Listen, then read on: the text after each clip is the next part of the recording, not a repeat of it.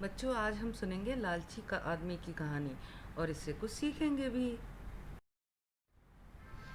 एक बार एक छोटे से शहर में एक लालची आदमी रहता था। वो बहुत ही धनी था, लेकिन इसके बावजूद भी उसके लालच का कोई अंत नहीं था।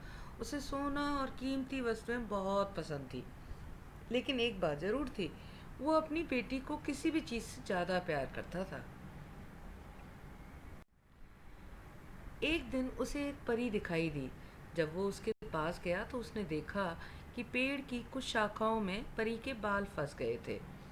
उसने उसकी मदद की और परी उन शाखाओं से आज़ाद हो गई।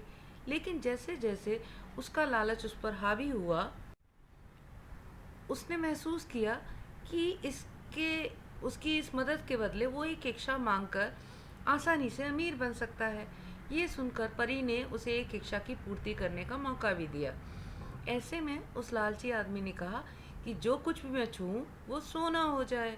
बदले में ये इच्छा को भी उस परी ने पूरा कर दिया। जब उसकी इच्छा पूरी हो गई, तब वो लालची आदमी अपनी बीवी, पत्नी और बेटी को अपनी इच्छा के बारे में बताने के लिए घर भागा। उसने हर समय पत्थरों और कंकड़ को छूते हुए और उन्हें सोने में बदलते हुए देखा, जिसे देखकर वो बहुत ही खुश हुआ। घर पहुंचते ही उसकी बेटी उसका अभिवादन करने के लिए दौड़ी। जैसे ही वो उसे अपनी बाहों में लेने के लिए नीचे झुका, वो एक सोने की मूर्ति में बदल गई। ये पूरी घटना अपने सामने देखते ही उसे अपनी गलती का एहसास हुआ। वो काफ़ी ज़ोर ज़ोर से रोने लगा और अपनी बेटी को वापस लाने की कोशिश करने लगा। उसने परी को काफ़ी खोजने की कोशिश की, लेकिन वो उसे कहीं नहीं मिली। उसे अपनी मूर्खता का एहसास हुआ, लेकिन तब तक बहुत देर हो चुकी थी। तो इससे बच्चों हमें क्या सीखने को मिलता है? इससे हमें ये सीखने को मिलता है कि लालच बुरी बला है और ज़रूरत से ज़्यादा लालच हमें हमेशा दुख देता है।